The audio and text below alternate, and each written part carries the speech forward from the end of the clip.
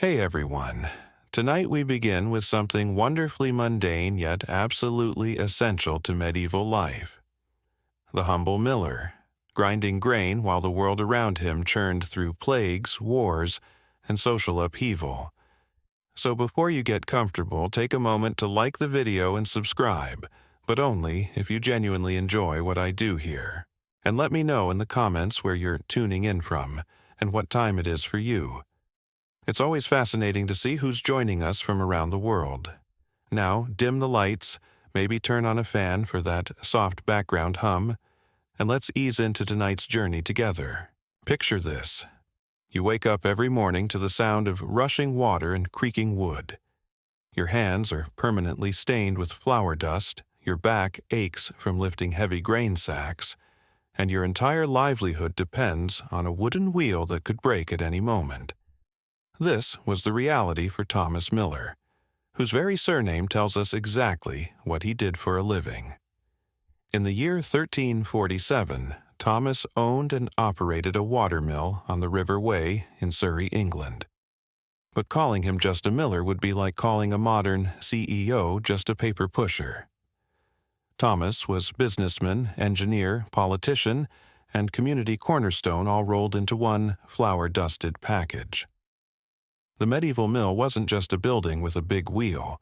It was the beating heart of rural society, the place where raw grain became the bread that kept entire villages alive. Without millers like Thomas, civilization would have ground to a halt, quite literally. Yet, for all their importance, millers occupied a strange position in medieval society. They were essential but mistrusted, wealthy but despised, powerful but vulnerable.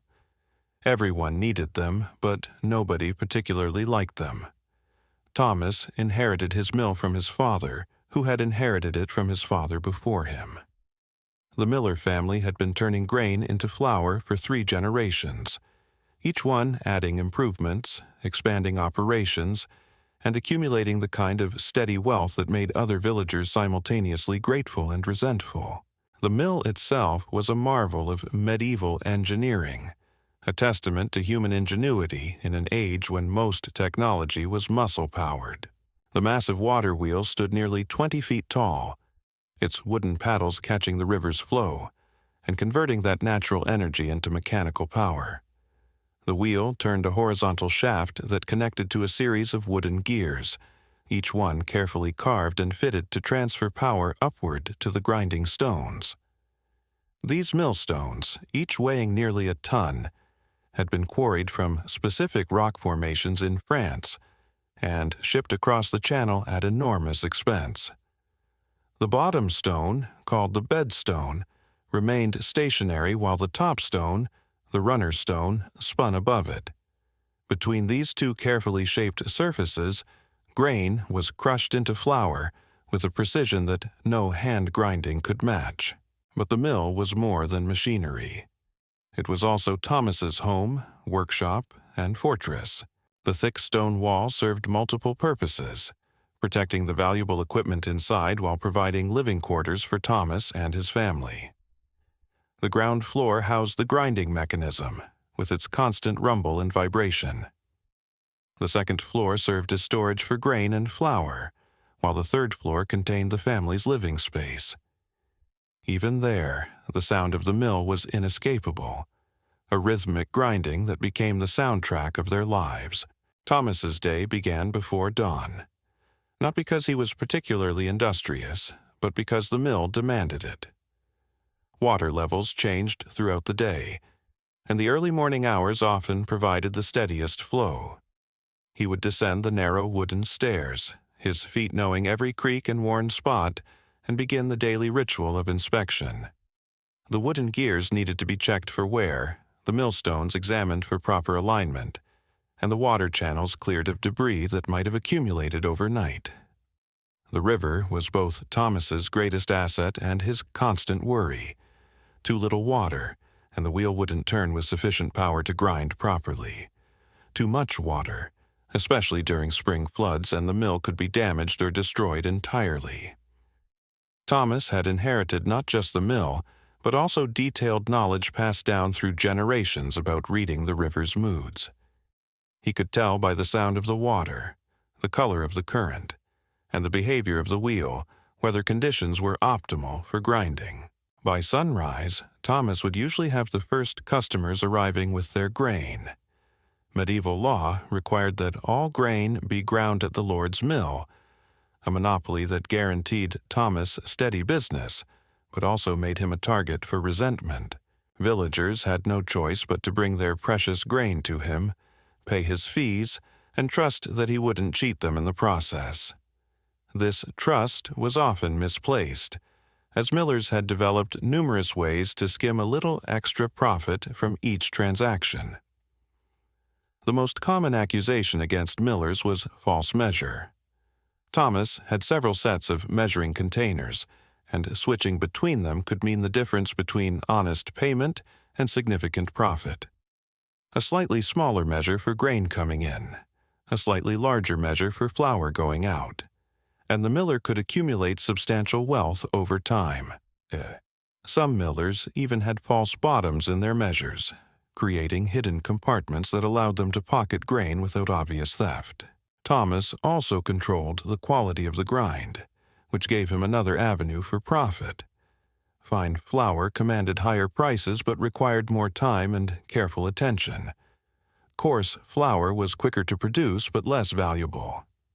A clever miller could charge for fine flour while delivering a coarser product, pocketing the difference. The customers, mostly illiterate peasants with little experience in grain quality, were often unable to detect these subtle deceptions. But Thomas's relationship with his customers was more complex than simple exploitation. He also served as an informal banker and credit provider for the community. Peasants who had poor harvests could bring their small amounts of grain to Thomas and arrange to pay his fees after the next harvest.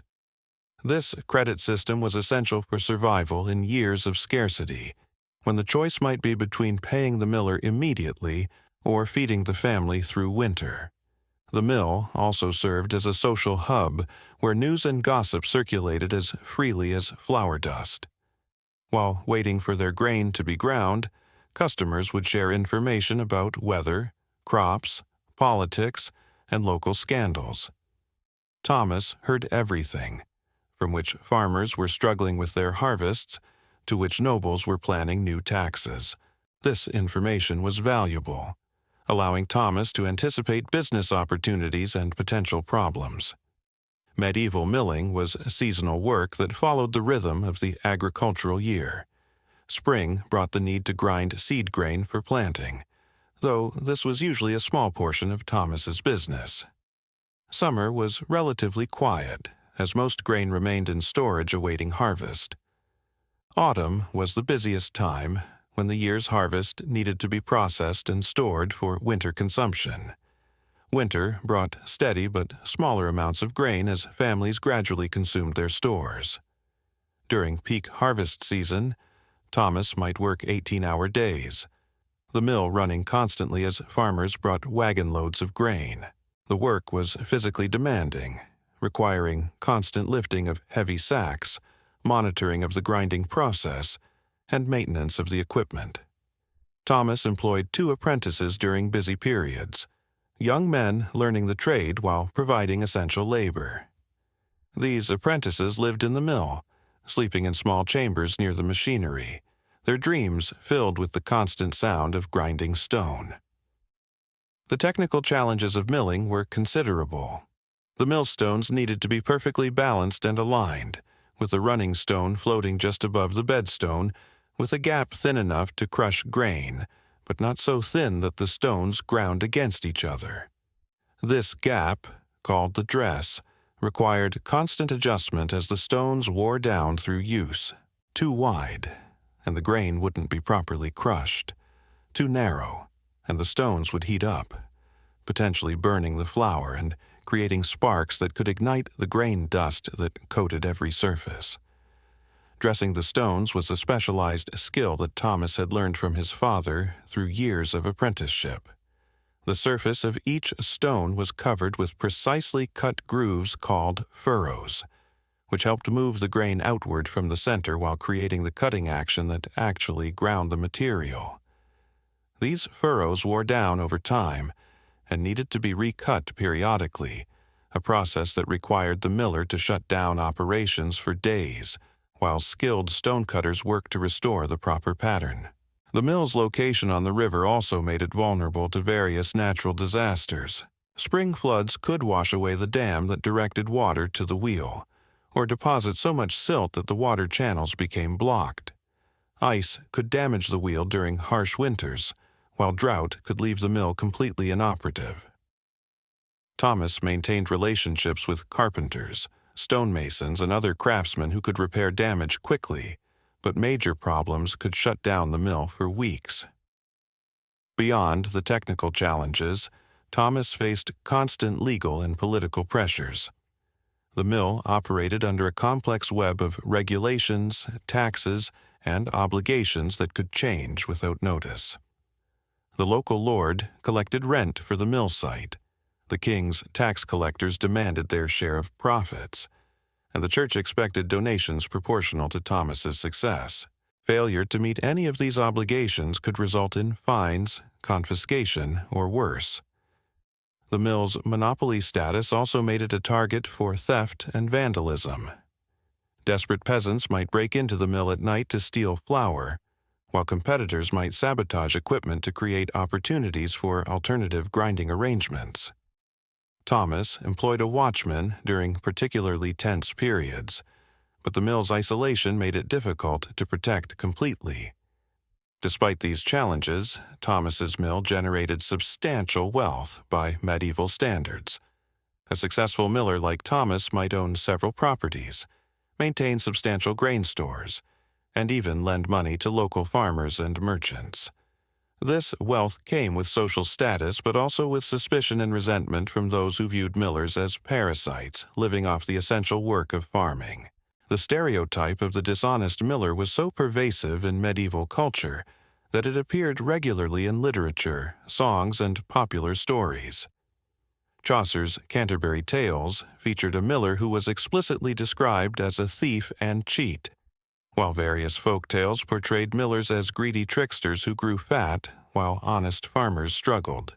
These cultural representations reflected real tensions in rural communities, where the miller's essential services came at prices that many considered extortionate. Thomas understood his precarious social position and worked carefully to maintain relationships with key figures in the community. He provided credit to struggling farmers, donated generously to church construction projects, and offered his mill as a meeting place for village gatherings. These efforts helped offset some of the resentment generated by his monopoly position, but they never eliminated it entirely. The year 1347 would prove to be particularly challenging for Thomas and millers throughout Europe. Unknown to him as he went about his daily routines of grinding grain and collecting fees, ships were already carrying a deadly plague from the east that would soon transform every aspect of medieval life. The Black Death was approaching, and when it arrived, it would test the resilience of rural communities and the essential workers who kept them functioning. But for now, in these final months before catastrophe, Thomas continued his work much as his father and grandfather had done before him. The wheel turned, the stones ground, and the flour flowed in an endless cycle that had sustained civilization for centuries. Tomorrow would bring new challenges, new customers, and new opportunities to navigate the complex world of medieval commerce and community relations. The complex world of medieval commerce and community relations. The grinding never stopped, but neither did the politics. Thomas had learned early in his career that success as a miller required more than just technical skill with stones and water flow. It demanded the delicate art of medieval diplomacy, where a single misstep could turn profitable relationships into dangerous enemies. Every interaction was a negotiation, every transaction a potential flashpoint for conflict.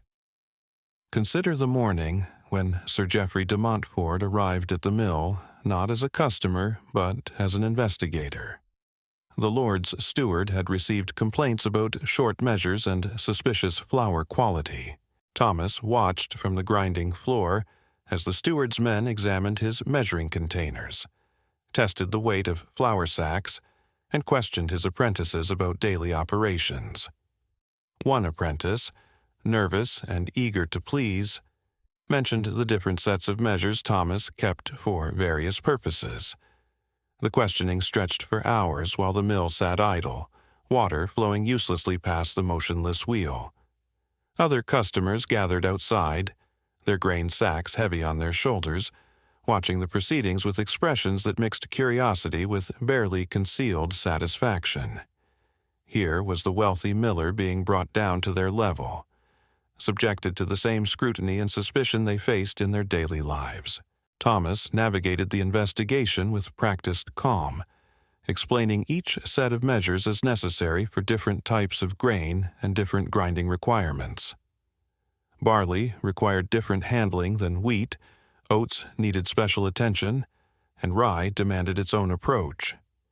His explanations were technically accurate, but carefully incomplete, revealing just enough truth to deflect serious accusations while protecting the subtle advantages that made his operation profitable. The resolution came through negotiation rather than vindication. Thomas agreed to standardize his measures according to the royal standard, display them prominently for customer inspection, and provide a small annual payment to the Lord's treasury for the privilege of maintaining his monopoly. The steward departed with his dignity intact. The customers eventually had their grain ground, and Thomas learned valuable lessons about the visibility of his methods. This incident exemplified the constant balancing act required of medieval millers. They needed to generate enough profit to justify their substantial investments in equipment and infrastructure while avoiding the appearance of excessive greed that might provoke official intervention. The line between acceptable profit and exploitative behavior shifted constantly, influenced by harvest quality, local politics, and the personal relationships between millers and their various stakeholders. Thomas's relationship with the local church added another layer of complexity to his daily operations. Father Benedict, the parish priest, wielded considerable influence over public opinion and could make life difficult for millers who fell out of his favor. The church owned substantial grain-producing lands and was therefore one of Thomas's largest customers, but religious officials also positioned themselves as protectors of the poor and oppressed. Every Sunday, Thomas sat in the front pew of St. Michael's Church, his family dressed in their finest clothing, contributing generously to the collection and listening attentively to sermons that sometimes contained veiled criticisms of merchants who prospered while others struggled. Father Benedict never mentioned Thomas by name, but references to those who gathered where they did not sow were clearly directed at the miller's prominent family. Thomas responded to these challenges through strategic generosity and visible piety. He funded the construction of a new bell tower, provided free grinding for the church's charitable distributions to the poor, and ensured that his family was seen participating in all religious observances. These efforts required significant financial sacrifice, but were essential for maintaining his social license to operate. The mill's role as an information hub created additional opportunities and risks for Thomas. Knowledge was valuable in medieval society, where news traveled slowly and unreliably. A miller who heard about crop failures in distant regions could adjust his storage and pricing strategies accordingly. Information about noble marriage alliances, inheritance disputes, or political conflicts could inform decisions about credit and investment. But information was also dangerous. Thomas learned to listen carefully and speak little, understanding that being perceived as a gossip or spy could undermine the trust essential for his business relationships. He developed a reputation for discretion, becoming someone who others felt comfortable confiding in because they knew their secrets would remain safe. This reputation enhanced his value as a community mediator and informal counselor. The technical demands of milling created their own social dynamics.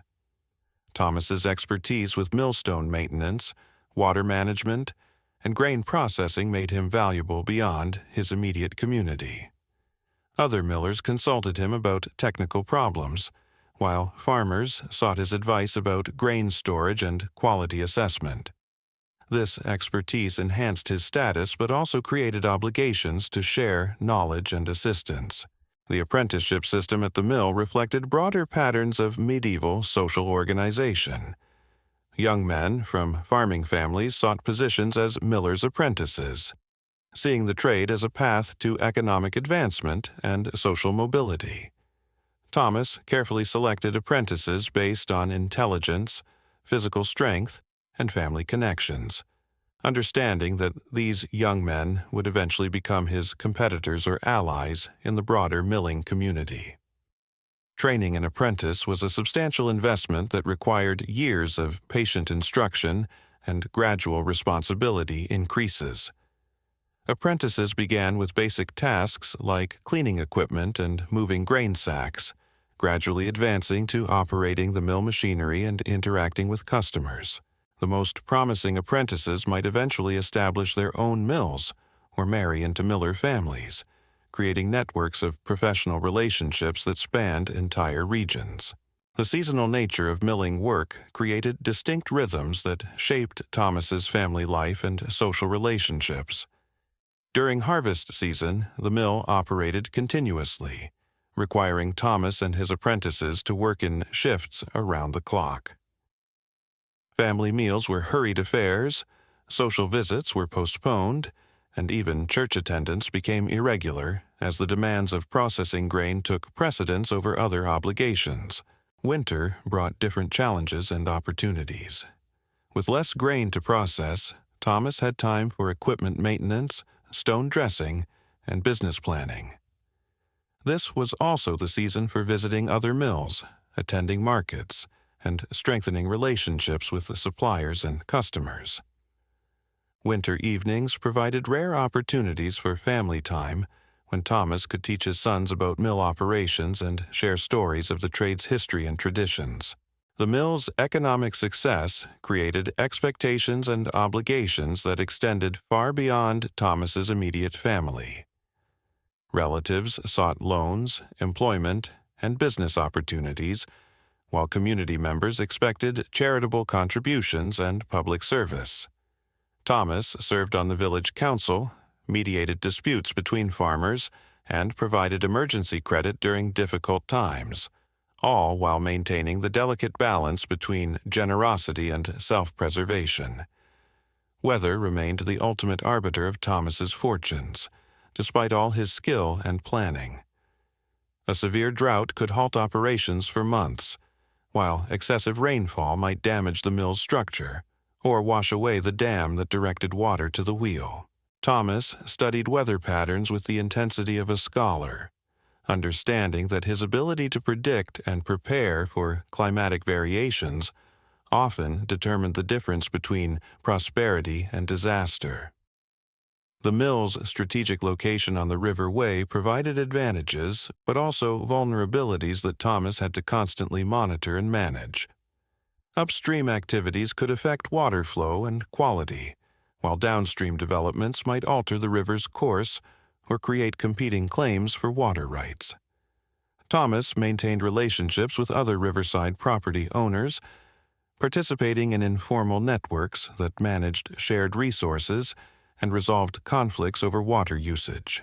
As 1347 progressed, Thomas began noticing subtle changes in the patterns of trade and communication that flowed through his mill. Merchants spoke of disruptions in Mediterranean commerce, while traveling priests brought disturbing reports of plague and death in distant lands. These fragments of information seemed disconnected from the daily routines of rural English life, but Thomas's experience had taught him to pay attention to distant events that might eventually affect local conditions. The mill continued its relentless operation, grinding grain into flour that sustained the community while generating the profits that sustained Thomas's family. Each day brought familiar challenges and opportunities, routine transactions and unexpected complications, all woven together in the complex tapestry of medieval economic and social life. The wheel turned, the stones ground, and the river flowed onward toward an uncertain future that would soon test the resilience of millers and communities throughout Europe. The approaching crisis announced itself through subtle changes that only those attuned to the rhythms of trade and travel could detect. Thomas first noticed it in the altered patterns of merchant visits. The wool traders, who normally passed through monthly, began arriving irregularly, their usual cargo supplemented by strange tales of port cities under quarantine and shipping routes disrupted by mysterious illness. The Italian spice merchants stopped coming altogether, their absence creating gaps in the exotic seasonings that wealthy households had come to expect. Father Benedict brought increasingly disturbing news from his correspondence with other parishes. Letters described entire monasteries fallen silent, pilgrimage routes abandoned, and cathedral cities where the bells no longer rang for daily prayers. These reports seemed fantastical to Thomas, like stories from distant lands that bore no relation to the orderly world of his mill and village. Yet the priest's worried expression suggested that these tales carried more weight than mere rumor. The first direct impact came through disrupted grain shipments from distant regions. Thomas had long supplemented local harvests with imported wheat from areas that produced superior flour, but these supplies began arriving sporadically or not at all. The quality of available grain started declining as desperate merchants accepted inferior harvests rather than maintaining their usual standards. Thomas found himself adapting his grinding techniques to accommodate grain that was poorly dried, contaminated with foreign seeds, or harvested before full maturity. Local farmers noticed changes too, though they attributed them to natural variations in weather and market conditions rather than any larger catastrophe. Seed grain became more expensive as distant suppliers failed to deliver promised quantities. Livestock prices fluctuated wildly as trade networks that had operated reliably for generations suddenly became unpredictable. Even the price of iron for mill maintenance began rising, as supply chains that originated in distant mining regions faced mysterious disruptions. Thomas's social obligations continued expanding as his wealth and status grew within the community. The village council increasingly relied on his judgment for decisions about infrastructure improvements, tax assessments, and dispute resolution. His mill had become an unofficial courthouse where farmers brought conflicts over property boundaries, debt obligations, and marriage contracts.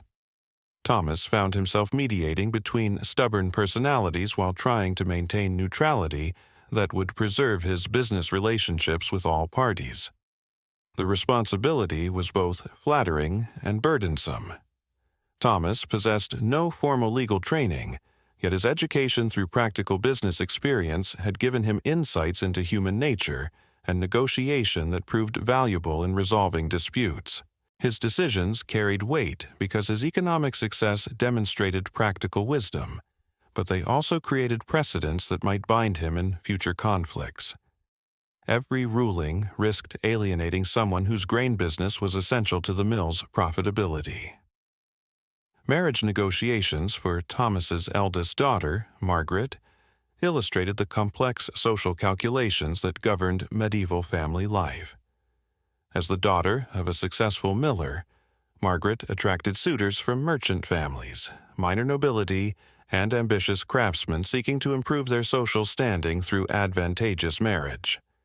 Each potential match carried implications for Thomas's business relationships and social position within the broader community. The negotiations revealed how thoroughly economic considerations intertwined with personal relationships in medieval society. A marriage alliance with the wool merchant's family would strengthen Thomas's connections to long-distance trade networks, but might create obligations to provide credit during difficult periods. A match with the blacksmith's son would ensure reliable access to metal goods for mill maintenance, but might associate Thomas too closely with manual trades rather than commercial enterprises. Margaret herself had surprisingly strong opinions about these arrangements, reflecting the Millers family's elevated status that allowed for more individual choice than most medieval women enjoyed. She had received education in reading and accounting that made her a valuable partner for any ambitious man, but she also understood that her marriage would be as much a business merger as a personal union. Her preferences influenced the negotiations, while economic considerations ultimately determined the outcome. The mill's success had attracted attention from beyond the immediate community, bringing both opportunities and complications. Wealthy merchants from London began visiting to assess whether Thomas's operation might serve as a reliable supplier for urban markets that demanded high-quality flour in substantial quantities. These discussions opened possibilities for dramatic expansion, but also threatened to transform the mill from a community institution into a commercial enterprise focused primarily on distant customers. Thomas wrestled with the implications of such changes. Urban contracts offered profits that could dwarf his current income, but they would also create dependencies on transportation networks, quality standards, and payment schedules beyond his direct control. Success in London markets might require investments in additional equipment, larger storage facilities, and more sophisticated accounting systems that would fundamentally alter the character of his operation. The decision became more urgent as competing millers in neighboring villages began pursuing similar opportunities. If Thomas failed to act, he risked being marginalized as trade patterns shifted toward suppliers who could meet the demands of increasingly sophisticated markets. Yet, premature commitment to urban customers might leave him vulnerable if those markets proved unstable, or if local conditions prevented him from fulfilling contractual obligations. Regional politics added another layer of complexity to Thomas's calculations. The ongoing conflicts between England and France created uncertainties about trade routes, currency exchange, and the safety of long-distance transportation. Merchants who had operated successfully for decades found their businesses disrupted by political decisions made in royal courts far from their practical concerns. Thomas needed to position his mill to survive whatever political turbulence might emerge from these broader conflicts.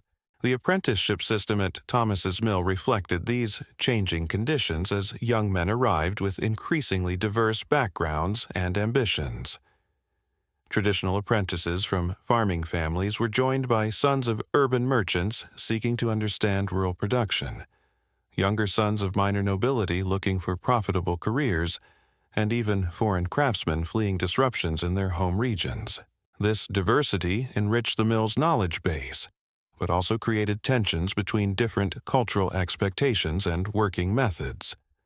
Training these diverse apprentices required Thomas to develop new teaching approaches that could accommodate varying levels of prior education and different ultimate career goals. Some apprentices intended to establish their own mills and needed comprehensive technical training, while others planned to return to family businesses and required only enough knowledge to make informed decisions about grain processing contracts. A few showed interest in the emerging science of hydraulic engineering and pressed Thomas for theoretical understanding that went beyond traditional craft knowledge. The mill's role as a technological center attracted visits from scholars, engineers, and inventors who were beginning to challenge traditional approaches to mechanical problems. These learned men brought books, drawings, and theories that promised to improve mill efficiency, reduce maintenance requirements, and increase grinding capacity. Their ideas sometimes conflicted with generations of practical experience, creating debates about whether innovation was worth the risks of abandoning proven methods. Thomas found himself caught between his respect for traditional knowledge that had sustained his family's success and his curiosity about new possibilities that might provide competitive advantages. Some innovations proved valuable, such as improved bearing designs that reduced friction in the mill's rotating machinery. Others failed spectacularly, like an elaborate gear system that promised increased power transmission but proved too complex for reliable operation under working conditions. The mill's financial success created new obligations for record-keeping and tax accounting that pushed Thomas toward literacy and numeracy far beyond what previous generations of millers had required. Royal tax collectors demanded detailed documentation of income sources, while church officials expected precise accounting of charitable contributions. Business relationships with distant customers required written contracts that specified quality standards, delivery schedules, and payment terms with unprecedented precision. Thomas hired a clerk to manage these administrative demands, but he also worked to develop his own skills in reading, writing, and mathematical calculation. This education opened new worlds of knowledge while creating additional time pressures in an already demanding schedule. The clerk proved invaluable for routine correspondence, but Thomas needed personal literacy to participate effectively in negotiations and dispute resolution that required immediate decision-making. The mill's prosperity attracted unwanted attention from bandits and thieves who recognized flour and grain as valuable, portable goods that could be easily converted to cash in urban markets. Thomas invested in stronger locks, heavier doors, and more sophisticated hiding places for his most valuable inventory, but security remained a constant concern. The mill's isolated location that provided advantages for water access also made it vulnerable to attack during nighttime hours when help was far away. Local authorities provided limited protection, as their primary responsibility was maintaining order in the village center rather than defending individual properties on the periphery. Thomas developed relationships with traveling merchants who might provide early warning of dangerous groups in the area, while also maintaining informal agreements with neighboring property owners for mutual assistance during emergencies. These arrangements required ongoing attention and occasional reciprocal obligations that added to his already complex web of social relationships. The physical demands of mill operation continued taking their toll on Thomas's body, despite his ability to hire additional labor for the most strenuous tasks. Constant exposure to flour dust irritated his lungs and eyes, while the vibration from mill machinery created persistent aches in his joints and spine. The irregular sleep schedule required during harvest season left him chronically fatigued, and the stress of managing complex business relationships manifested in digestive problems that worsened during particularly challenging periods. Medieval medicine offered limited relief for these occupational hazards. Local healers provided herbal remedies that sometimes eased symptoms but could not address underlying causes related to the working environment. The nearest physician lived several days' travel away and charged fees that, while affordable for Thomas, seemed excessive for treating conditions that were accepted as inevitable consequences of the miller's trade. Thomas's family adapted to these health challenges by taking over more of his responsibilities as his physical capabilities declined. His wife, Eleanor, had always managed household finances and customer relations during his absences, but she gradually assumed greater authority over daily operations. Their eldest son, Robert, showed aptitude for the technical aspects of mill maintenance and began handling routine adjustments that previously required Thomas's personal attention. This transition created its own tensions as family members negotiated new roles and responsibilities within the mill's operation. Robert possessed technical skills but lacked the diplomatic experience necessary for managing difficult customers and resolving disputes. Eleanor understood customer relationships but had limited knowledge of the mechanical systems that could fail catastrophically if not properly maintained.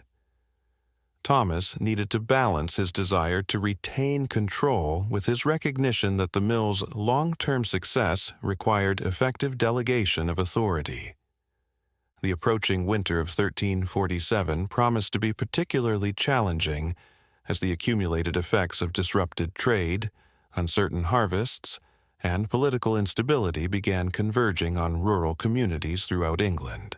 Thomas prepared for the season with unusual care, building larger reserves of grain and flour, while strengthening relationships with reliable suppliers and customers. Yet, beneath his methodical preparations lay growing unease about changes that seemed to threaten the stable world he had inherited and worked so hard to preserve. The mill continued its eternal rhythm, wheel turning with the river's flow, stones grinding grain into flour that would sustain the community through whatever challenges lay ahead. But Thomas sensed that the old certainties were crumbling, that the careful balance of relationships and obligations that had governed his world was about to face tests unlike anything previous generations had experienced. The distant plague was approaching, though he did not yet know its name or understand its devastating power. The winter of 1347 arrived with unusual severity, bringing ice that locked the mill wheel in place for days at a time, and snow that blocked the roads connecting Thomas's mill to the surrounding villages. Yet these physical hardships paled in comparison to the strange reports that continued filtering in through the handful of travelers brave enough to venture out in such conditions. A Flemish cloth merchant, seeking shelter during a particularly fierce storm, spoke of entire cities where no smoke rose from chimneys and no bells marked the passage of time. Thomas dismissed these stories as the exaggerations of frightened men, until Father Benedict received an official letter from the Bishop of Winchester. The priest's face grew pale as he read the Latin text, his hands trembling slightly as he set the parchment aside. When pressed for details, Father Benedict would only say that the Church was organizing special prayers for divine protection against an unspecified calamity approaching from the east. The mill's winter routine provided a comforting sense of normalcy amid these troubling developments. Thomas spent the short daylight hours maintaining equipment, checking his stores of grain and flour, and planning improvements for the coming year. The grinding stones needed redressing, a task that would require several weeks of careful work with specialized tools. The wooden gears that transferred power from the waterwheel showed signs of wear that would necessitate replacement before the spring grinding season began in earnest. These technical challenges offered welcome distraction from the growing sense of unease that seemed to permeate every conversation and social gathering. Thomas threw himself into the meticulous work of stone cutting, using iron picks and chisels to recarve the intricate pattern of furrows that gave the millstones their grinding power. Each furrow had to be precisely angled and evenly spaced, a task requiring both mathematical precision and artistic sensibility developed through years of experience. The work was solitary and meditative, allowing Thomas to lose himself in the rhythm of hammer strikes and the gradual emergence of sharp-edged patterns from the stone's surface. His apprentices watched respectfully, understanding that they were witnessing the application of skills that distinguished master craftsmen from ordinary laborers. The knowledge required for proper stone dressing was jealously guarded, passed down through generations of millers who understood that their livelihood depended on maintaining these technical advantages. Eleanor managed the mill's domestic operations with increasing authority, her practical intelligence proving essential for navigating the complex social obligations that winter imposed on successful families. The Christmas season brought expectations for generous hospitality, with neighbors and customers arriving to share in the prosperity that the mill had generated throughout the year. These gatherings served important social functions, reinforcing relationships and obligations that would prove crucial during the challenging times ahead. The feast preparations revealed the extent of Thomas's success in ways that daily operations never quite captured. The tables groaned under the weight of roasted meats, fine breads made from the mill's best flour, and imported delicacies that demonstrated the family's connections to distant trade networks. Local musicians provided entertainment, while storytellers shared tales that ranged from heroic legends to contemporary gossip about noble families and their various scandals. Yet even these celebrations carried undertones of anxiety as guests shared increasingly disturbing reports from their own travels and correspondence. A wool merchant spoke of ships arriving in London with dead crews, their cargo intact but no living soul aboard to explain what had befallen them. A traveling monk described monasteries where the scriptorium fell silent mid-sentence, illuminated manuscripts left unfinished as their creators simply vanished.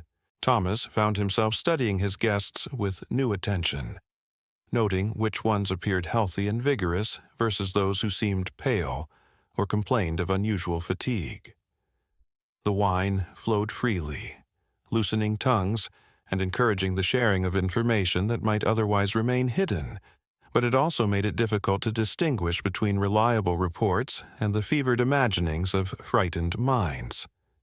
The mill's isolation, which had always provided advantages for water access and protection from urban disturbances, now seemed more like vulnerability. If catastrophe was indeed approaching, Thomas's family would have little warning and limited options for escape. The winter roads were impassable for heavy wagons, making it impossible to relocate quickly with the substantial grain stores that represented years of accumulated wealth. Robert had begun pressing his father for more detailed instruction in mill management, sensing perhaps that changing conditions might require him to assume greater responsibilities sooner than originally planned. The young man showed remarkable aptitude for the technical aspects of the trade, but Thomas worried about his son's ability to navigate the political complexities that were becoming increasingly important for successful operation. The apprentices, too, seemed more serious and focused than previous cohorts, as if they sensed that their training might be cut short by circumstances beyond anyone's control. They worked with unusual diligence, asking detailed questions about procedures they might previously have taken for granted and requesting permission to practice skills normally reserved for more advanced stages of their education. Eleanor established new routines for food preservation and storage, expanding their usual winter preparations to include reserves that might sustain the family through extended periods of isolation. She organized the household servants in projects to smoke additional meat, preserve vegetables and salt, and prepare medicinal herbs according to recipes passed down through generations of practical housekeeping knowledge. The river itself seemed different during that winter, its flow more erratic and its color occasionally strange, as if upstream activities were disturbing the natural order in ways that previous generations had never experienced. Thomas checked the water quality more frequently, understanding that any contamination could affect not only the mill's operation, but also the health of everyone who depended on the river for drinking water and food preparation. The local blacksmith began forging additional tools and weapons, though he was reluctant to explain why he felt such preparations were necessary. His furnace glowed more frequently than usual, and the sound of hammering on anvil continued well into the evening hours as he worked to complete projects that seemed to carry unusual urgency. When questioned, he would only mutter about the importance of being prepared for whatever might come. Father Benedict's sermons took on increasingly apocalyptic themes, drawing heavily from biblical accounts of plagues and divine judgment, while carefully avoiding specific predictions about contemporary events. The congregation listened with unusual attention, their faces reflecting the growing awareness that their world was changing in ways that traditional prayers and rituals might not be adequate to address. The mill's financial records, meticulously maintained by Thomas's hired clerk, began showing subtle changes that reflected the broader disruptions affecting regional commerce. Payment schedules became less reliable as customers faced their own challenges in collecting debts and managing resources. The prices for imported goods fluctuated wildly, while local products that had previously commanded premium prices found fewer buyers as discretionary spending declined. Thomas adapted to these changing conditions by diversifying his services and strengthening relationships with the most reliable customers. He began accepting payment in goods rather than coin when necessary, building up reserves of cloth, tools, and preserved foods that might prove more valuable than currency if traditional economic structures continued deteriorating. The winter evenings provided opportunities for family discussions about contingency planning and emergency procedures that previous generations had never needed to consider. Thomas shared knowledge about hidden storage locations, alternative water sources, and escape routes that might prove essential if conditions deteriorated beyond their current ability to imagine. These conversations revealed the depth of uncertainty that had crept into their daily lives. Questions that had once seemed purely theoretical now demanded practical answers. How long could the mill operate without external support? What would happen if the apprentices fled to their home villages? Could the family defend their property against organized groups of desperate people? The mill's machinery continued operating despite these psychological pressures, but Thomas noticed that even the familiar sounds seemed different somehow. The grinding of stone against stone carried new harmonics, while the waterwheel's rotation seemed less steady than in previous years. Whether these changes reflected actual mechanical problems or simply his heightened awareness of potential threats remained unclear. Margaret's marriage negotiations had been postponed as potential suitors reconsidered their plans in light of the growing uncertainty about future conditions. Families that had previously expressed interest in alliance now hesitated to make commitments that might prove burdensome if circumstances changed dramatically. The delay frustrated Margaret, but it also reflected the prudent caution that was becoming necessary for survival in increasingly unpredictable times. The village council meetings took on greater frequency and urgency as local leaders attempted to coordinate responses to challenges that no one fully understood. Thomas's participation in these discussions provided valuable intelligence about regional conditions, while also creating obligations to support community initiatives that might conflict with his family's immediate interests. As February arrived with its promise of eventual spring, Thomas began planning for the coming growing season with unusual care. The decisions made in the next few months about planting, storage, and resource allocation would determine not only his family's prosperity, but possibly their survival through whatever trials lay ahead. The mill wheel turned on, grinding grain as it had for generations, but the world it served was about to change forever. The approaching crisis would test every relationship, every skill, and every assumption that had governed Thomas's life. The humble miller who had inherited a stable trade from his father would soon discover that survival required adaptability, courage, and wisdom that no apprenticeship could have fully prepared him to possess. The wheel kept turning, but the river of history was about to change course entirely. To change course entirely. By March of 1348, the whispers had become screams. Thomas no longer needed to rely on distant rumors or cryptic letters from church officials to understand that something catastrophic was sweeping across Europe. The evidence arrived at his doorstep in the form of refugees, hollow-eyed families fleeing from devastated towns to the south and east, their worldly possessions strapped to their backs and terror etched into their gaunt faces. The first group appeared on a gray morning when the last winter ice was finally breaking up on the river. Thomas watched from his mill window as a procession of perhaps 20 people struggled along the muddy road, their clothing torn and stained from weeks of travel. They moved with the desperate urgency of those who had witnessed horrors beyond description, constantly looking over their shoulders as if expecting pursuit by some invisible enemy. Father Benedict met them at the village edge, his face grave as he listened to their accounts. The survivors spoke of cities where bodies lay unburied in the streets, where entire households had perished within days of the first symptoms appearing, where the living fled so quickly that they left behind everything they owned except what they could carry. These weren't the exaggerated tales of frightened merchants anymore. These were eyewitness accounts from people who had barely escaped with their lives. The refugees described symptoms that chilled Thomas to his core. It began with fever and chills, progressing rapidly to swollen lymph nodes that grew to the size of eggs and turned black with corruption. Victims coughed blood, developed dark patches on their skin, and died within days of falling ill. Most terrifying of all, the disease seemed to spread through mere proximity to the afflicted, making it impossible to care for the sick without risking infection. Thomas immediately understood the implications for his mill and family. The steady stream of customers who brought grain for processing also represented potential carriers of this plague. Every interaction, every transaction, every social gathering now carried the possibility of death.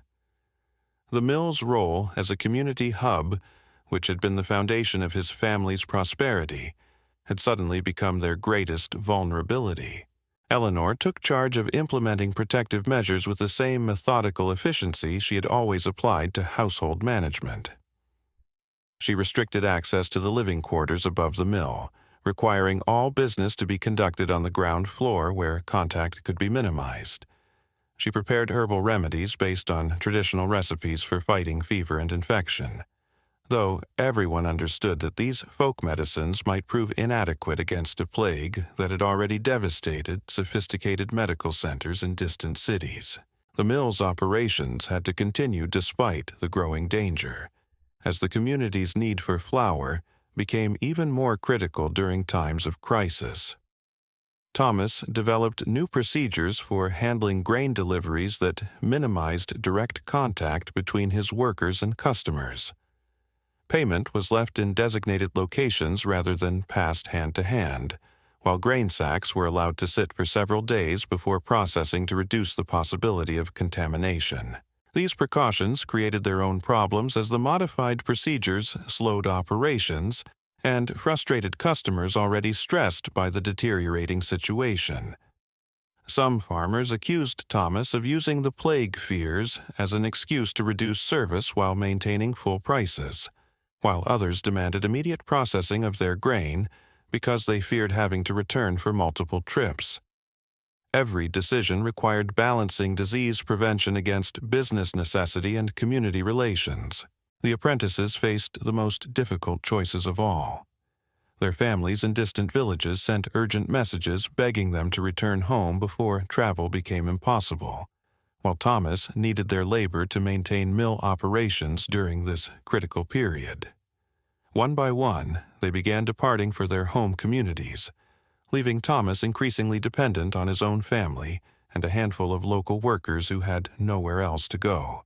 Robert stepped into expanded responsibilities with remarkable maturity, taking over much of the physical labor that had previously been shared among multiple apprentices. His technical skills had advanced rapidly under the pressure of necessity, and he began demonstrating the kind of practical problem-solving ability that would be essential for the mill's survival. Eleanor worried constantly about exposing their son to infection, but they had no choice except to rely on his help to keep the operation functioning. Margaret's situation became particularly complicated as her betrothal negotiations collapsed entirely. The family that had been planning to marry their son to her sent word that they were postponing all wedding plans indefinitely, while several other potential matches simply stopped responding to correspondence. The social isolation that was becoming necessary for disease prevention had effectively ended the normal processes of courtship and marriage arrangement. The village itself began transforming as fear replaced the normal patterns of social interaction. Church services continued, but with reduced attendance and careful spacing between families. Market days were suspended entirely after reports that crowded gatherings in other towns had become sources of mass infection. Even routine business transactions were conducted with new formalities designed to minimize contact between participants. Thomas found himself serving as an unofficial coordinator for community survival efforts, his mill becoming a communication hub for sharing information about disease spread and resource availability. Farmers reported which areas seemed safe for travel, while merchants shared intelligence about which trade routes remained open. This information network became crucial for making decisions about grain purchases, supply deliveries, and family evacuation plans. The financial implications of the crisis grew more severe as normal commerce ground to a halt. Customers who had previously paid promptly began defaulting on their obligations, not from dishonesty, but from genuine inability to collect their own debts or generate income through normal activities. Thomas faced difficult decisions about extending credit to desperate families while protecting his own resources for what might be an extended period of economic disruption. Local authorities proved largely ineffective at managing the crisis, having no experience with disasters of this magnitude and no established procedures for coordinating emergency responses. The village council meetings devolved into arguments between those who favored strict isolation measures and others who insisted that normal activities must continue to prevent economic collapse. Thomas tried to maintain neutrality while privately preparing for the possibility that formal governance might break down entirely. The mill's strategic importance became even more apparent as food security emerged as a critical concern. Rumors circulated about regions where agricultural production had collapsed due to farmer deaths and abandoned fields, while transportation disruptions made it impossible to move surplus grain from areas that still had adequate supplies. Thomas began receiving requests from distant communities offering premium prices for flour deliveries, but the risks of long-distance travel made such arrangements extremely dangerous. Food preservation techniques that had previously been routine household skills suddenly became matters of life and death. Eleanor organized neighborhood workshops where women shared knowledge about smoking meat, drying vegetables, and preparing foods that could sustain families through extended periods without fresh supplies. These gatherings required careful attention to disease prevention protocols, but the knowledge sharing proved essential for community survival planning. The mill's grain storage facilities took on new significance, as Thomas realized that his accumulated reserves might determine not only his family's survival, but also their ability to help neighbors during the worst periods of crisis. He began implementing stricter inventory controls while expanding storage capacity to accommodate additional purchases from farmers who needed immediate payment to fund their own survival preparations. Religious observance intensified dramatically as people sought divine intervention against the approaching catastrophe. Father Benedict organized special prayer services and processions designed to appeal for God's mercy, while also adapting church rituals to reduce infection risks. The theological implications of the plague sparked intense debates about divine punishment, human sinfulness, and the proper responses to seemingly supernatural disasters. Thomas struggled with his own spiritual responses to the crisis, finding it difficult to reconcile his practical focus on survival preparation with the religious explanations being offered by church authorities. His experience as a businessman had taught him to rely on careful planning and risk management, but the plague seemed to operate according to rules that made normal precautions inadequate. Prayer might provide comfort, but it wouldn't prevent infection or guarantee survival. The psychological strain of constant fear began affecting everyone in ways that were sometimes more damaging than the immediate physical threats. Families that had maintained close relationships for generations began viewing each other with suspicion, while normal social interactions became fraught with anxiety about disease transmission. Children stopped playing together, while adults avoided casual conversations that might require close proximity. Sleep became elusive as every unusual sound might indicate the arrival of infected refugees or desperate raiders seeking food and supplies. Thomas found himself checking and rechecking the mill's defenses, while Eleanor organized the household's emergency preparations with obsessive attention to detail. The normal rhythms of daily life that had provided structure and meaning were being replaced by constant vigilance and preparation for catastrophe.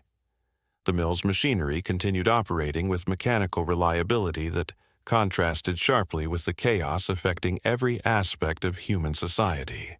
The waterwheel turned steadily, the stones ground grain into flour, and the fundamental processes of food production continued despite the social upheaval surrounding them.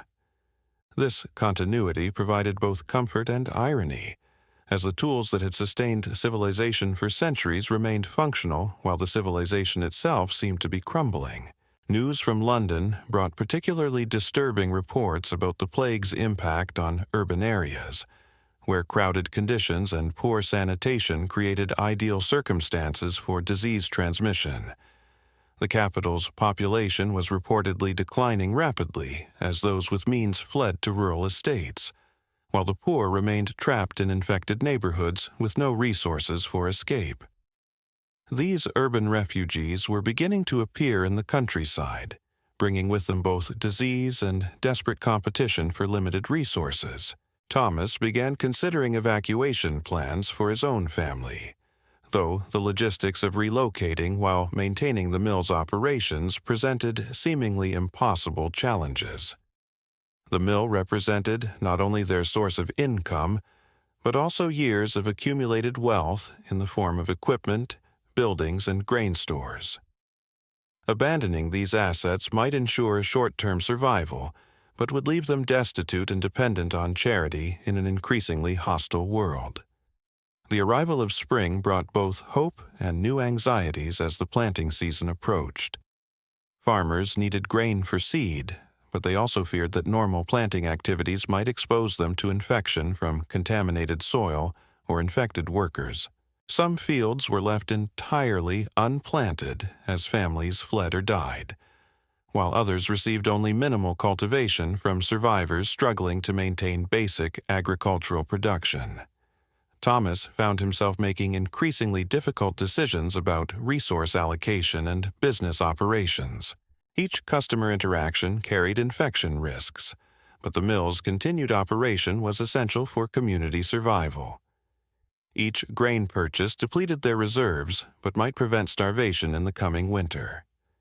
Each day of normal activity felt like a victory against chaos, but also brought them closer to the inevitable moment when the plague would arrive in their own village. The wheel kept turning, grinding grain into flour as it had for generations, but the sound seemed different now. Where once it had represented prosperity and continuity, now it marked time until catastrophe struck. Thomas listened to the familiar rhythm while planning for a future that might require abandoning everything his family had built across 3 generations of patient work and careful accumulation. The mill stood at the center of a community preparing for siege, not by human enemies but by an invisible force that killed without mercy or logic. The approaching summer would bring the plague to their doorstep, and when it arrived, all their preparations and precautions might prove as useless as prayers whispered into an indifferent wind. The stones ground on, measuring out flour and time, while death traveled steadily westward along the roads that had once brought only customers and prosperity.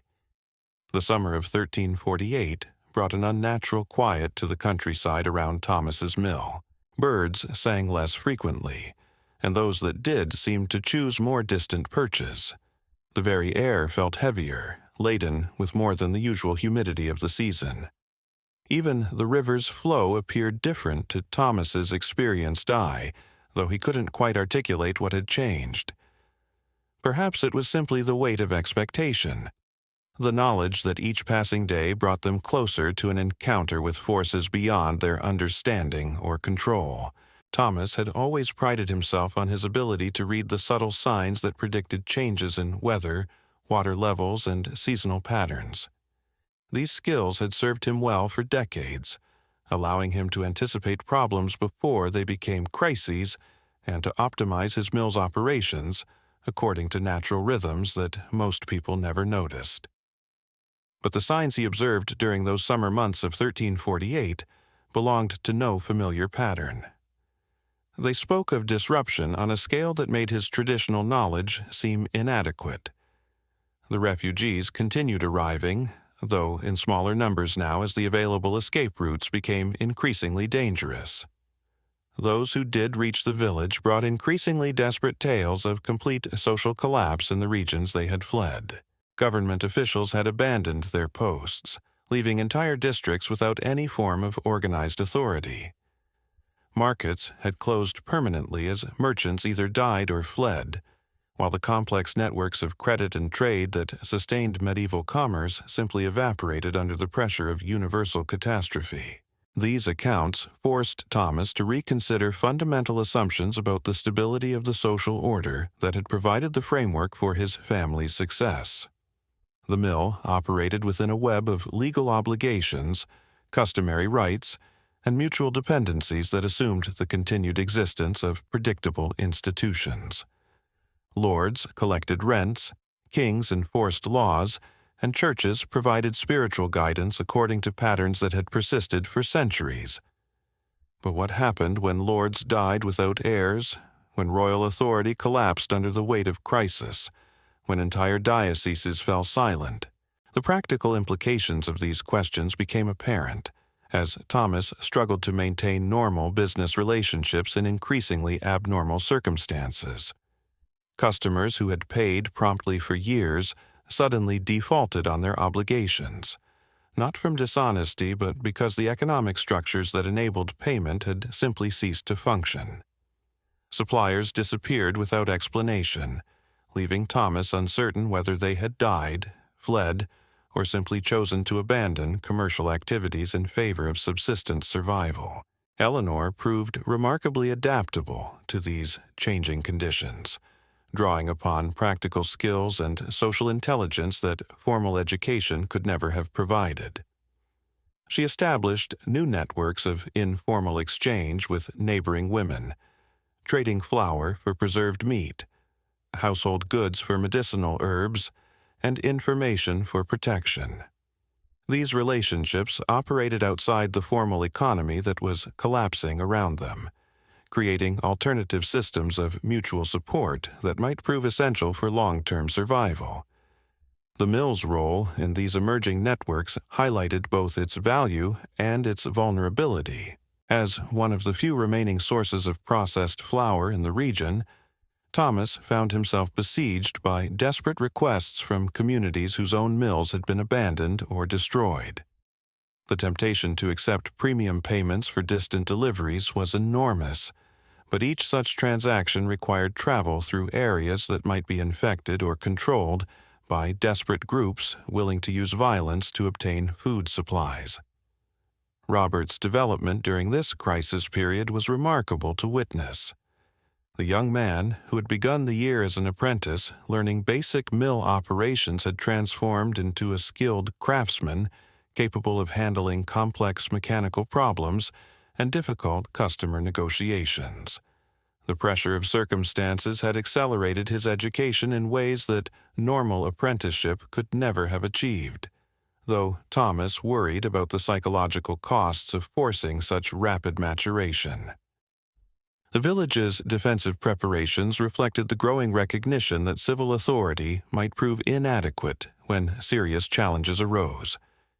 Men who had never considered themselves warriors began training with makeshift weapons and organizing patrol schedules to watch for approaching threats. Women learned to operate crossbows and practiced emergency procedures for hiding valuable supplies or evacuating quickly if escape became necessary. Thomas contributed to these efforts while maintaining careful neutrality in the political disputes that inevitably arose among community leaders. Some advocated for aggressive measures to exclude all outsiders, while others insisted on maintaining traditional obligations to provide charity for refugees and travelers. The debates revealed fundamental disagreements about moral responsibility during times of crisis, with each faction claiming divine support for their preferred approach. The mill's strategic position made it a natural focal point for these discussions, as control of food processing capabilities would determine who held real power in the emerging social order.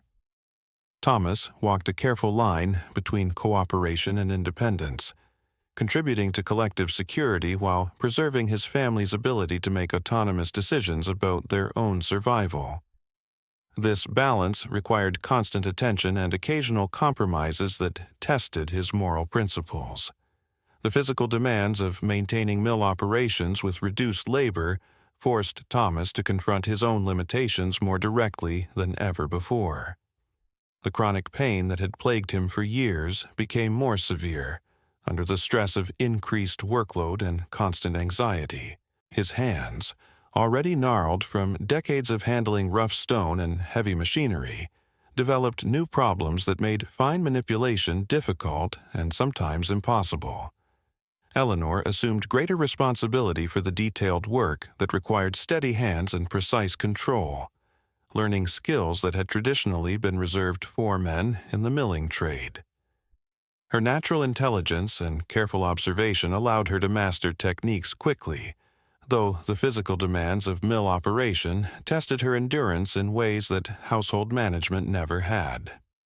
Together, she and Thomas developed new working methods that accommodated their respective capabilities while maintaining the quality standards their customers expected. The apprentice shortage forced similar adaptations throughout the local economy as traditional training systems broke down under the pressure of crisis. Young men who might normally have spent years learning specialized trades instead found themselves thrust into adult responsibilities with minimal preparation. The results were often chaotic, with important skills lost as experienced craftsmen died or fled without passing on their knowledge to the next generation. Thomas began documenting mill operations in unprecedented detail, creating written records that could preserve essential knowledge if traditional apprenticeship relationships were no longer available. This work required him to analyze and articulate techniques that he had previously performed through muscle memory and intuitive understanding. The process revealed the complexity of skills that appeared simple to outside observers, while also highlighting the gaps in his own theoretical knowledge.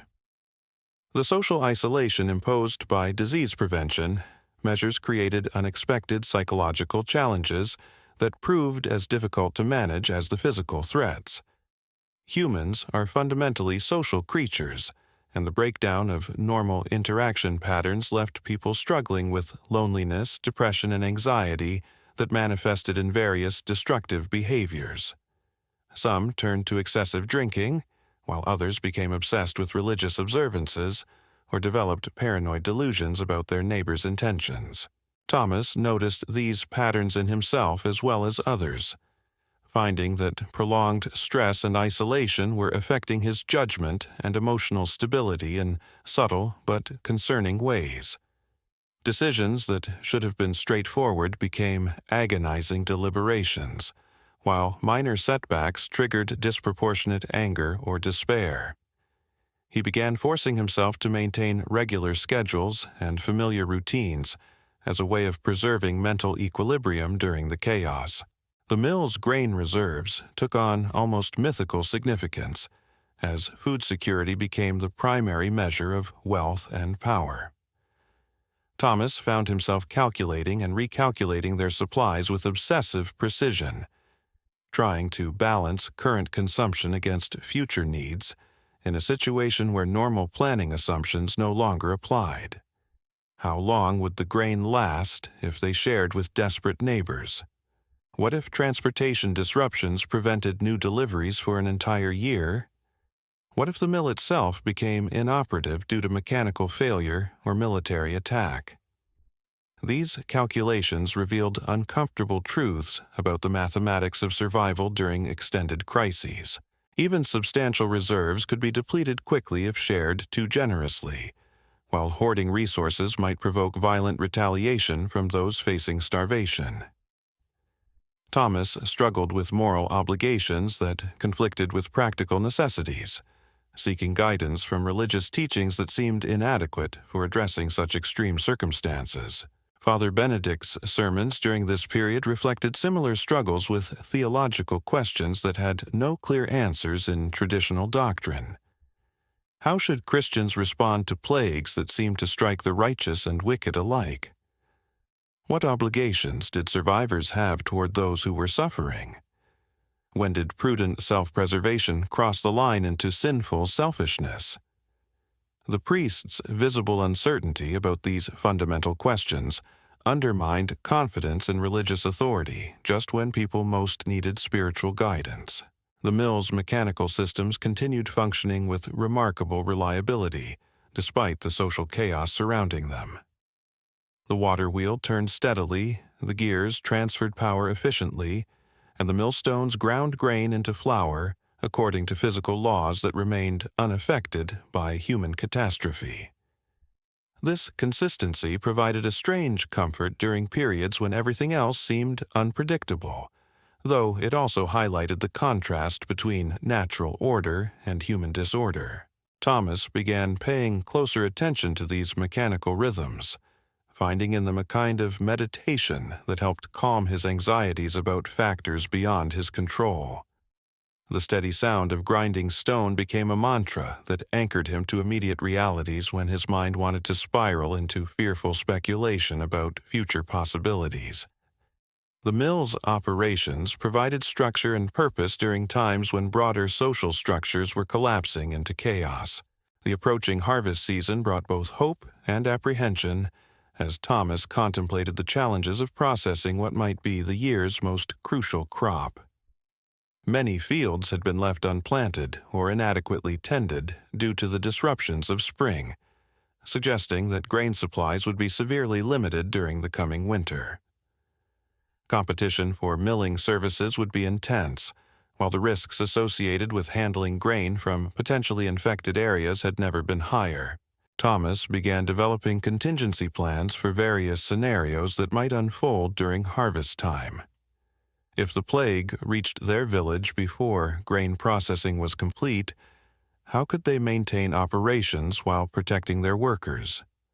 If military conflicts disrupted transportation, how could they ensure access to essential supplies? If social order collapsed entirely, how could they defend their facilities against desperate groups willing to use violence to obtain food? These plans required considering possibilities that would have seemed unthinkable just months earlier. The comfortable assumptions about law, order, and social cooperation that had governed his thinking for decades were proving inadequate for the realities of crisis management. Thomas found himself learning new skills in strategic thinking and risk assessment that bore little resemblance to the traditional knowledge passed down through generations of millers. The village's children provided both inspiration and heartbreak during these difficult months. Their resilience and adaptability were remarkable, as they found ways to play and laugh despite the fear and uncertainty that dominated adult conversations. Yet their innocence also made the approaching dangers seem more poignant, as Thomas contemplated what kind of world these young people would inherit from the previous generation's failures. Margaret's situation crystallized many of these concerns about the future. Her marriage prospects had evaporated along with normal social institutions, leaving her in limbo between childhood and adulthood with no clear path forward. The skills she had learned in preparation for managing a household seemed less relevant in a world where survival might require very different capabilities. Thomas began teaching her aspects of mill operation that had previously been reserved for male family members, recognizing that traditional gender roles might prove inadequate for the challenges ahead. The mill stood at the center of a community that was transforming itself in response to threats that previous generations had never faced. The familiar rhythms of agricultural life continued, but they were now overlaid with defensive preparations, evacuation planning, and resource conservation measures that reflected the new realities of existence in a world where civilization itself had become fragile. Thomas looked out across the fields surrounding his mill and saw not the peaceful pastoral landscape that had sustained his family for generations, but a contested territory where survival would depend on adaptation, cooperation, and perhaps most importantly, luck. The wheel kept turning, grinding grain into flour as it had for centuries, but the world it served was changing in ways that no amount of traditional wisdom could fully prepare them to navigate. The summer days grew shorter as autumn approached, each sunset bringing them closer to a harvest season that would test every assumption about community, survival, and the bonds that hold human societies together. The mill's steady operation provided a thin thread of continuity with the past, but Thomas understood that the future would require new kinds of strength, new forms of wisdom, and new definitions of what it meant to be truly successful in a world where the old certainties had crumbled into dust. The autumn of 1348 arrived with an eerie beauty that seemed to mock the terror gripping every household. The leaves turned their brilliant reds and golds as they always had. The air carried the familiar sense of wood smoke and ripening grain. Yet everything felt different. Thomas watched the seasonal transformation from his mill window and felt as though he was observing the world through a veil, where familiar sights carried unfamiliar meanings, and traditional celebrations had been replaced by grim preparations for survival. The first confirmed case of plague reached their village on a Tuesday morning in late September. Old Henrik the carpenter, who had traveled to Winchester for his daughter's wedding, returned with more than memories of the ceremony. Within 3 days of his homecoming, the telltale symptoms appeared. The swollen lymph nodes, the fever that burned like forge fire, the dark patches spreading across his skin like spilled ink on parchment.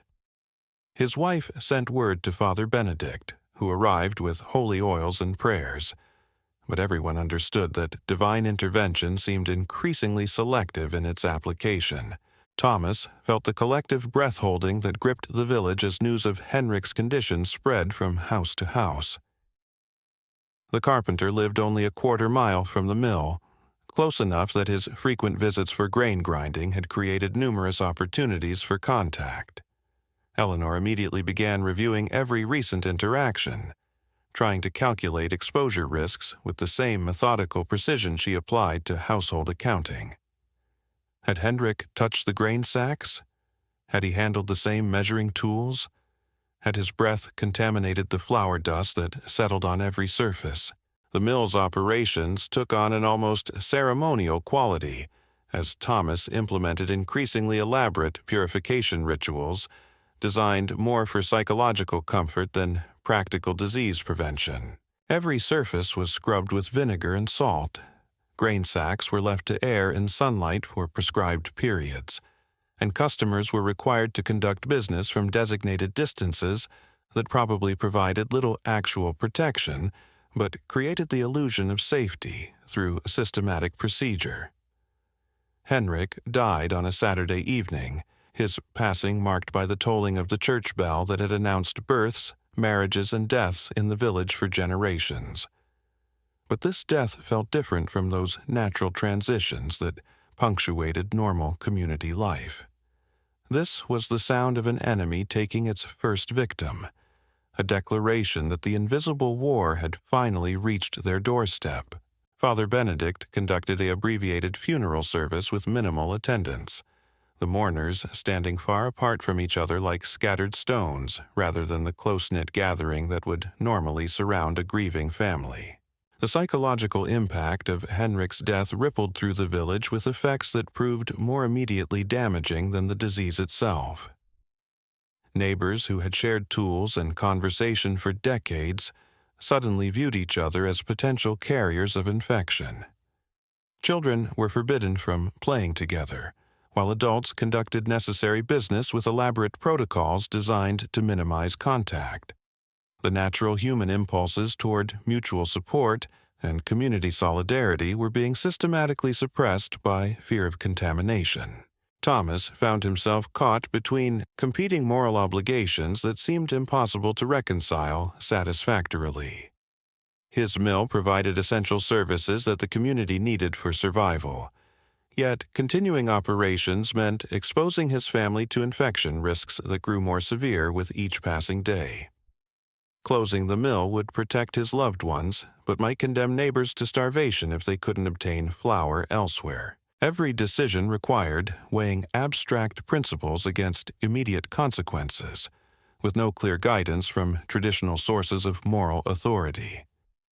Eleanor's practical intelligence proved invaluable for navigating these impossible choices. She developed innovative systems for maintaining business operations while minimizing personal contact, creating elaborate procedures for handling payments, grain transfers, and customer communications that resembled military logistics more than commercial transactions. Her attention to detail and systematic approach provided structure during a period when normal social arrangements were dissolving into chaos. The mill's grain storage areas became the focus of increasingly complex calculations about resource allocation and future planning. Thomas spent hours reviewing inventory levels, consumption rates, and projected demand while trying to factor in variables that had never been relevant to previous planning cycles. How many customers would survive the coming winter? What percentage of local farms would remain operational if the plague continued spreading? How long could the mill function if transportation networks collapsed entirely? These mathematical exercises revealed uncomfortable truths about the economics of catastrophe that challenged fundamental assumptions about community relationships and mutual obligation. Even generous sharing of resources would provide only temporary relief for those facing starvation, while depleting reserves that might prove essential for long-term survival. Thomas struggled with calculations that reduced human suffering to abstract numbers, yet practical planning required exactly this kind of cold, analytical thinking. Robert's rapid maturation during this crisis period continued at a pace that was both impressive and concerning. The young man had assumed responsibilities that would normally require years of gradual preparation, developing skills in crisis management, resource allocation, and community diplomacy that few adults ever mastered. Yet Thomas worried about the psychological costs of forcing such accelerated development. Watching his son lose the carefree optimism of youth while gaining the grim pragmatism that seemed necessary for survival. Margaret's situation crystallized many of the broader social disruptions that were transforming traditional patterns of medieval life. Her betrothal negotiations had collapsed, along with normal marriage customs, leaving her in an ambiguous position between childhood and adulthood, with no clear path toward the future that had been planned for her. The domestic skills she had learned in preparation for managing a household seemed less relevant in a world where survival might require very different capabilities from those valued during peaceful times. Eleanor began teaching Margaret aspects of mill operation and business management that had traditionally been reserved for male family members, recognizing that conventional gender roles might prove inadequate for the challenges they would face. These lessons covered not only technical procedures, but also negotiation strategies, resource management techniques, and the subtle arts of maintaining authority while avoiding dangerous conflicts with desperate people who might resort to violence. The village's defensive preparations intensified as reports arrived of armed groups moving through the countryside, seeking food and supplies from communities too weakened by plague to resist effectively. These weren't professional soldiers or organized bandits, but rather desperate survivors who had abandoned moral constraints along with their previous lives. Local men began training with improvised weapons while women learned to operate crossbows and organize rapid evacuation procedures for hiding valuable resources. Thomas contributed to these collective security efforts while maintaining the careful political neutrality that was essential for preserving business relationships with all community factions. The debates about defensive strategy revealed fundamental disagreements about moral responsibility during times of crisis, with some advocating for aggressive exclusion of all outsiders, while others insisted on maintaining traditional obligations to provide charity for refugees and travelers seeking assistance.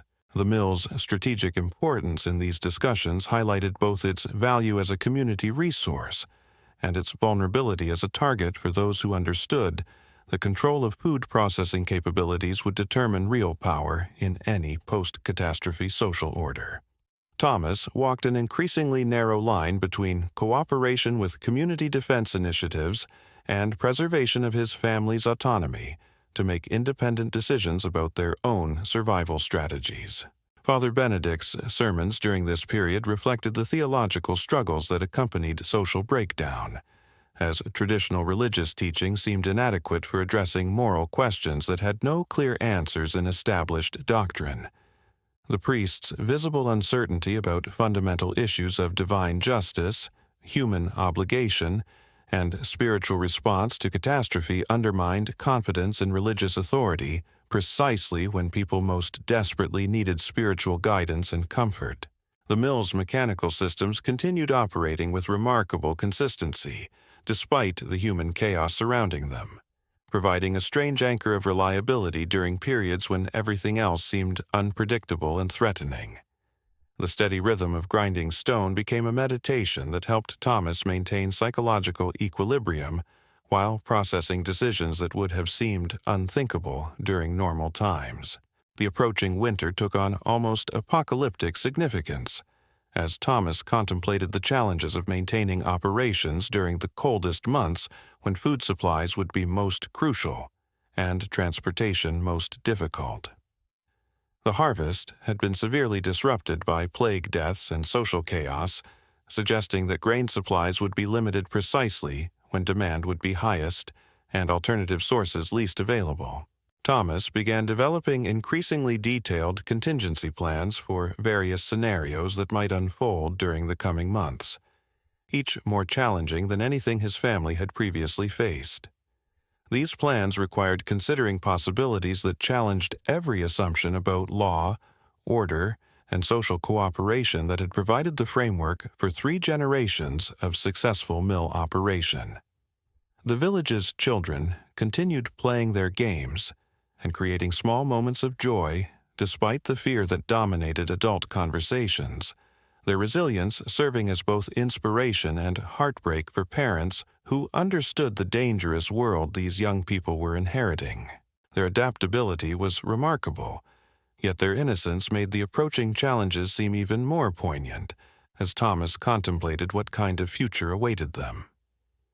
The mill wheel turned steadily through these preparations, grinding grain into flour as it had for centuries, while the world around it transformed in ways that no amount of traditional wisdom could fully prepare its operators to navigate. Each day brought new challenges that tested the boundaries between prudent self-preservation and moral obligation, between community solidarity and family survival, between the familiar patterns of the past and the uncertain demands of an unknowable future. Thomas stood at his mill window as autumn deepened into early winter, watching the landscape that had sustained his family for generations, while understanding that their survival would now depend on adaptations that went far beyond the technical knowledge of grain processing and water management that had defined their previous success. The wheel kept turning, but the world it served was changing in ways that would require new kinds of wisdom, new forms of courage, and new definitions of what it meant to live with dignity in a world where all the old certainties had crumbled into uncertainty. The steady sound of grinding stone marked time in a world where traditional calendars had become less meaningful than the immediate demands of survival, each revolution of the wheel bringing them closer to winter challenges that would test every skill, every relationship, and every moral principle they had inherited from more peaceful times. The mill endured, but the miller's world was transforming into something entirely new, requiring adaptations that would determine not only whether they survived, but what kind of people they would become in the process. They would become in the process. As December arrived, with its harsh winds and shortened days, Thomas faced decisions that would have been unthinkable just months earlier. The plague had claimed 12 villagers by the time the first snow fell, including Henrik's widow and 2 of the village council members. Each death stripped away another layer of the social fabric that had held their community together, leaving behind a patchwork of fear, suspicion, and desperate pragmatism that bore little resemblance to the ordered world Thomas had known throughout his life. The mill's operations had become a delicate dance between necessity and terror. Customers arrived at irregular intervals, their faces gaunt with hunger and hollow with the knowledge that every human interaction might be their last. They conducted business with elaborate rituals of distance and purification that would have seemed absurd in normal times, but now represented the thin line between survival and catastrophe.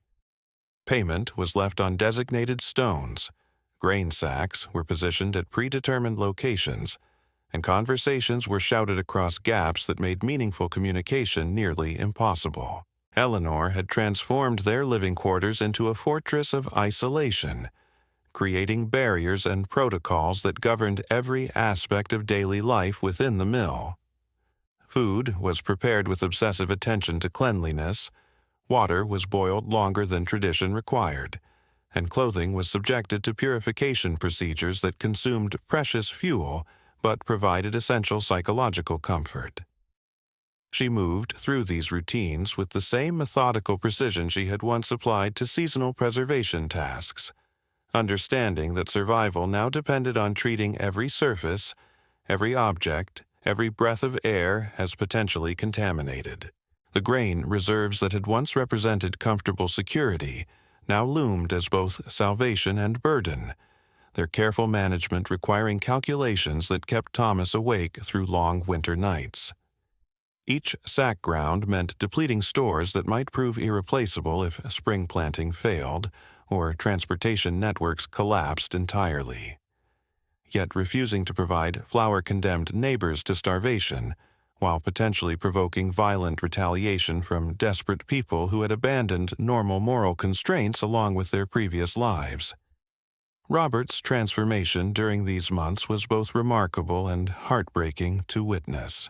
The young man, who had begun the year learning basic millstone maintenance, now handled complex negotiations with armed groups seeking grain, managed inventory calculations that determined life and death for dozens of families, and made strategic decisions about resource allocation that would have challenged experienced merchants during normal times.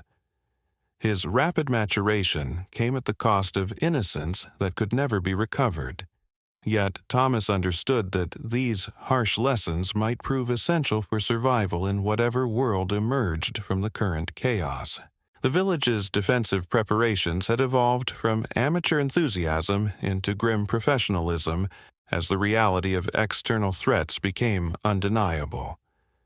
Men who had never fought anything more dangerous than stubborn livestock now stood watch through freezing nights, armed with sharpened farm tools and crossbows cobbled together from available materials. Women learned to recognize the sound of approaching horses, practiced evacuation procedures that could hide valuable supplies in hidden caches, and developed communication systems that could alert the community to danger without revealing their own positions. Thomas contributed to these collective efforts while maintaining the political neutrality essential for preserving business relationships with all factions in an increasingly divided community. Some families advocated for complete isolation and aggressive defense against any outsiders, while others insisted on maintaining traditional obligations to provide charity and shelter for refugees fleeing devastated regions. These debates revealed fundamental philosophical differences about moral responsibility during catastrophic times, with each group claiming divine sanction for their preferred approach. The mill's strategic importance made it a natural focal point for these political tensions, as control over food processing capabilities would ultimately determine which faction held real power in whatever social order emerged from the collapse. Thomas walked an increasingly precarious line between cooperation with community defense initiatives and preservation of his family's independence, understanding that alignment with the wrong group could prove fatal if political winds shifted during the dangerous months ahead. Father Benedict's authority had eroded dramatically as traditional religious explanations proved inadequate for addressing the scale of suffering that surrounded them. His sermons became increasingly desperate attempts to find meaning in seemingly random death, while his private conversations revealed a man struggling with doubts about divine justice that undermined his ability to provide spiritual comfort when people needed it most. The church building itself stood half-empty during services, as families either fled the village entirely or remained isolated in their homes rather than risk exposure in crowded gatherings. The physical demands of maintaining mill operations with severely reduced labor forced Thomas to confront limitations that age and chronic pain made increasingly difficult to ignore. His hands, already gnarled from decades of handling rough stone and heavy machinery, developed new problems that made precision work nearly impossible during the coldest days. Eleanor and Robert assumed greater responsibility for detailed tasks, but their learning curve was steep, and mistakes could be costly when resources were limited and replacement materials unavailable. The mill's mechanical systems provided a strange counterpoint to the human chaos surrounding them, continuing to operate with the same reliability they had demonstrated for generations. The waterwheel turned with its familiar rhythm, the gears transferred power efficiently, and the millstones ground grain according to physical laws that remained unaffected by plague, politics, or social collapse. This consistency offered psychological anchor during periods when everything else seemed unpredictable, though it also highlighted the contrast between natural order and human disorder. Margaret's education during these months focused increasingly on practical skills that might prove essential for survival in an uncertain future. Eleanor taught her advanced techniques for food preservation, herbal medicine, and resource management that had traditionally been shared between women across generations of normal family life. But the accelerated pace of learning reflected the reality that normal patterns of knowledge transmission had been disrupted by crisis, requiring compressed education that covered years of traditional learning in weeks or months. The approaching spring brought both hope and terror, as Thomas contemplated the challenges of planting season in a world where normal agricultural patterns had been shattered by death, displacement, and social chaos. Many fields lay abandoned as their owners fled or died, while others were worked by desperate survivors with inadequate tools, limited seeds, and no certainty about whether they would live to see harvest. The decisions made during these critical months would determine not only immediate survival, but also the long-term viability of the community that had sustained the mill for generations. Thomas began developing increasingly detailed plans for various scenarios that might unfold during the coming year, each requiring adaptations that challenged fundamental assumptions about how communities functioned during normal times. These contingencies covered everything from complete social breakdown to gradual recovery, military occupation to religious revival, each possibility demanding different strategies for protecting his family while maintaining the mill's essential role in whatever order emerged from the current chaos. The village's children continued to play and learn despite the fear that dominated adult conversations, their resilience serving as both inspiration and heartbreak for parents who understood the dangerous inheritance these young people were receiving. Their games had adapted to reflect new realities, incorporating themes of hiding, escape, and defense that would have been unthinkable during peaceful times, yet now seemed grimly appropriate preparation for the world they would inhabit as adults. The mill's grain storage areas had become the subject of increasingly complex security measures, as Thomas understood that these reserves represented not only his family's survival, but also their vulnerability to attack from desperate groups willing to use violence to obtain food.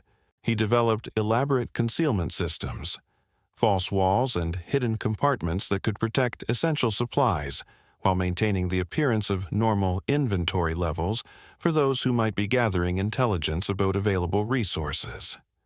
The social isolation imposed by disease prevention had created psychological pressures that proved as challenging as the physical threats, with normal human needs for companionship and community support systematically frustrated by safety requirements. Thomas noticed these effects in himself and his family, watching as prolonged stress and isolation gradually eroded emotional resilience and rational decision-making in ways that could prove as dangerous as the plague itself. The mill stood at the center of a community that was transforming itself in response to challenges that previous generations had never imagined facing. The familiar rhythms of seasonal work continued, but they were now overlaid with defensive preparations, resource hoarding, and survival strategies that reflected new realities of existence in a world where civilization had proven far more fragile than anyone had previously understood. Thomas looked out across the winter landscape surrounding his mill and saw not the peaceful rural setting that had sustained his family's prosperity for 3 generations, but a contested territory where survival would depend on adaptability, cooperation, and perhaps, most importantly, the ability to make impossible choices with incomplete information and inadequate resources. The wheel kept turning, grinding grain into flour as it had for centuries, but the world it served was changing in ways that would require new forms of wisdom, new definitions of success, a new understanding of what it meant to preserve not just life, but humanity itself during times when both seemed equally fragile and precious. The steady sound of grinding stone continued marking time in a world where traditional measures of progress and achievement had become meaningless, each revolution bringing them closer to spring challenges that would test every skill, every relationship, and every moral principle they had inherited from more peaceful times. The mill endured as it always had, but the miller's world was becoming something entirely different, requiring courage and wisdom that no apprenticeship could have taught, and no tradition could have fully prepared them to possess. And so, Thomas Miller's story fades into the mists of history, one man among countless others who faced the impossible and somehow endured. The wheel kept turning through that terrible winter and the springs that followed, grinding grain for whoever remained to bring it. Some mills fell silent forever, their owners claimed by plague or violence. Others adapted, survived, evolved into something new. Thomas's mill was among the survivors, though the world it served would never again resemble the ordered, predictable place he had inherited from his father. The Black Death would claim perhaps a third of Europe's population before it finally burned itself out, leaving behind a continent forever changed. The feudal bonds that had defined medieval society for centuries loosened and snapped under the pressure of mass death and social upheaval. Surviving peasants found themselves with unprecedented bargaining power as labor became scarce and valuable.